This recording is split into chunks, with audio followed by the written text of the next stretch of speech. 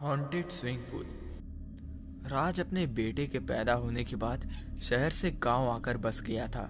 शहर के खर्चे बहुत थे, तो राज सुबह से शाम तक अलग अलग जगह पर काम करता था। कुछ ही दिनों में उसकी एक स्विमिंग इंस्टीट्यूट में काम लग गई। काम ज्यादा नहीं था, सुबह से शाम तक बस काम करना था और कभी कभी नाइट में। पर उसके नौकरी के पहली रात को ही राज के साथ ऐसी एक भयानक घटना होने वाली थी जिससे वो अनजान था। वो इंस्टीट्यूट मुंबई का सबसे जाना माना इंस्टीट्यूट कोचिंग था। उस स्विमिंग इंस्टीट्यूट में कई सारे स्विमिंग पूल्स थे, जिसमें से पूल नंबर 7 की ड्यूटी राज की थी। अपने नौकरी के पहले ही दिन राज टाइम से कुछ पहले ही पहुंच गया और कोचिंग खत्म होने का वेट करने लगा। पूल नंबर 7 में जहां सब लोग स्विमिंग कर रहे थे, वहीं राज को अंधेरे में एक लड़की दिखी जो बस वहीं एक अंधेरे में खड़े होकर पानी को घूरे जा रही थी। राज उसे गौर से देख ही रहा था कि तभी उस पूल का मैनेजर आ गया। और जब मैनेजर के जाने के बाद दोबारा राज पलट कर उस लड़की की ओर देखा तो वहां पर कोई भी नहीं था, बल्कि वो लड़की उस पूल एरिया में कहीं भी नहीं दिख रही थी। राज को उस लड़की का बेहद 2 सेकंड के अंदर गायब हो जाना कुछ अजीब लगा। इससे पहले वो कुछ और समझ पाता, मैनेजर ने राज को काम समझाना शुरू कर दिया। कुछ ही देरी में कोचिंग खत्म हो गई और राज काम करना शुरू कर दिया। रात के करीब 12 बज रहे थे। राज के अलावा पूल के आसपास कोई भी नहीं था। राज जब सफाई करते करते थक कर पूल के दूसरे कोने तक पहुंचा, तब उसे दरवाजे के पास एक परछाई दिखी। उस वक्त वहां पर किसी का होना बेहद अजीब था। उसने जोर से आवाज देकर पूछा कि वहां पर कौन है, पर उसे कोई भी जवाब नहीं मिला। राज फिर से जोर से आवाज देने लगा, कौन है, कौन है वहां। जब इस बार भी उसे कोई भी जवाब नहीं आया, तो वो अपना काम छोड़कर उस दरवाजे के पास बढ़ने लगा। जब वो दरवाजे के करीब पहुंचा, तो उसे वही लड़की जो कुछ देर पहले वो स्विमिंग पूल के पास जिसे देखा था, वही लड़की उस दरवाजे के पीछे से निकलकर बाहर की ओर भागी। राज भी उसके पीछे पीछे दौड़ा, पर ना जाने वो लड़की कहां पर गायब हो गई। बाहर बैठा हुआ गार्ड अपनी नींद पूरी कर रहा था। आज उसके पास गया और उसे नींद से जगाकर उस लड़की के बारे में बताना शुरू कर दिया। गार्ड भी हड़बड़ी में उठा और उस लड़की को पूरे इंस्टीट्यूट में सब खोजने लगे, पर वो लड़की कहीं भी नहीं दिखी। ढूंढते ढूंढते रात के 1 बज गए थे और सुबह के कोचिंग वाले स्विमर्स 2 घंटे में ही आना शुरू कर देते। इस वजह से रात फटाफट से दोबारा से अपने काम पर लग गया। काम करते करते उसे दोबारा से पानी में किसी चीज के हिलने की आवाज आई।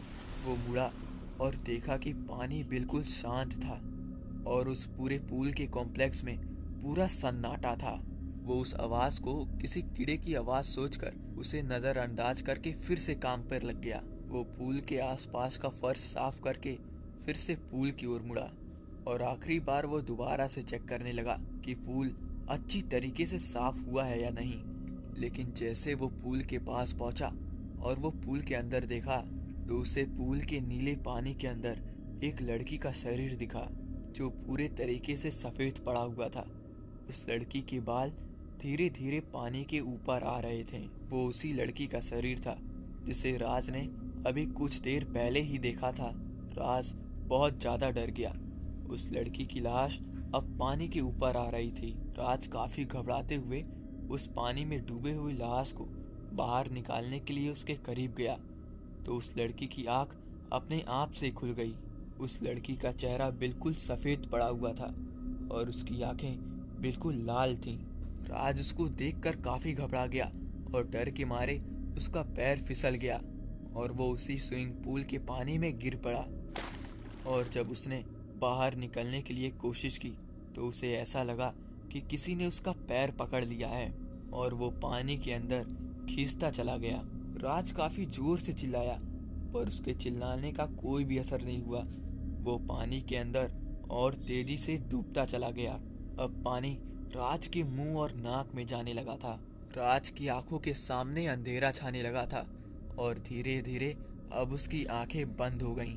और जब उसकी आंखें खुली, तो उसे नजर आया उसके आंख के सामने पानी में वही लड़की उसके सामने खड़ी हुई थी। वो उस लड़की को देखकर और घबरा गया और डर के मारे उसने अपनी आंखें बंद कर लीं और जोर जोर से चिल्लाने लगा।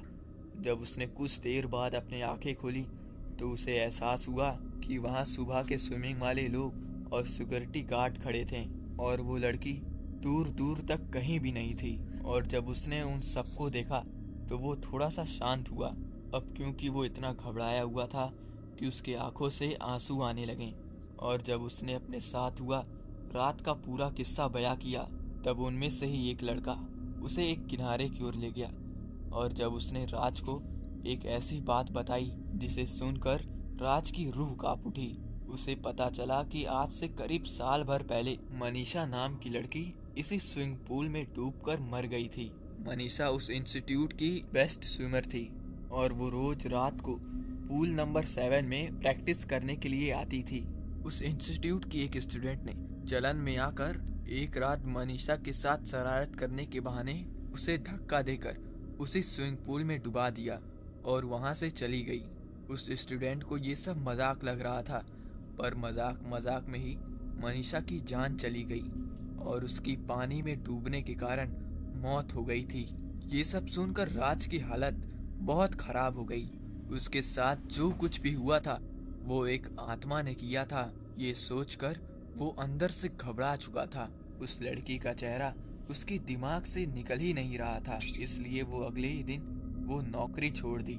इस घटना के बाद से राज के मन में हमेशा के लिए पानी का डर बैठ गया था। उसने पूल नंबर 7 की नौकरी तो छोड़ दी, लेकिन उस रात के सपने उसे आज तक भी सोने नहीं देते और शायद आज भी मनीषा की आत्मा पूल नंबर 7 में भटकती है। तो दोस्तों, ये थी आज की कहानी। आपको कैसे लगी कमेंट में ज़रूर से बताइएगा, और अच्छी लगी तो हमारे चैनल हॉरर पॉडकास्ट को अभी सब्सक्राइब कर लें। मिलते हैं बहुत जल्द एक नई भूतिया कहानी के साथ। तब तक के लिए धन्यवाद।